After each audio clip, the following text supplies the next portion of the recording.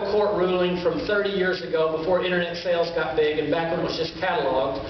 The Supreme Court decided that unless you have a physical presence in a state, you don't have to collect sales tax. Okay, so if you buy something from, I'm trying to think of a company that doesn't have a... Land's End, thank you. Okay, you buy something from Land's End. They don't have a physical presence here, so they don't charge you. They don't have to collect sales tax. Now, let me be real clear. Technically, you still owe us that sales tax. And so I want all of you to go home and figure out everything you bought on the internet over the last year, times 7%. No, but you still, that sales tax is still owed by the person who receives it. Okay, Land's End. So there's all this discussion about Amazon's not paying tax. Well, neither is Land's End, and neither is, I can think of 100 others, online retailers who don't have a physical presence.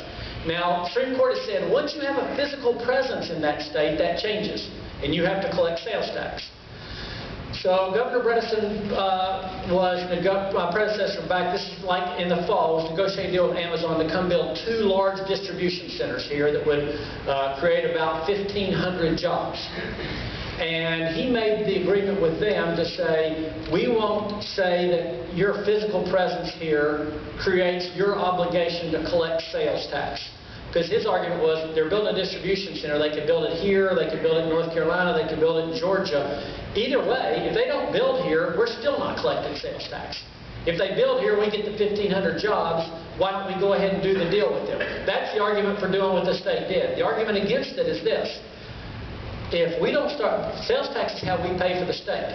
And if we don't start collecting sales tax, if we don't collect sales tax, then we got a major problem. And all those businesses, from the local hardware store to the local bookstore to the clothing store, they made a physical investment. They're hiring Tennessee employees, and they're collecting sales tax.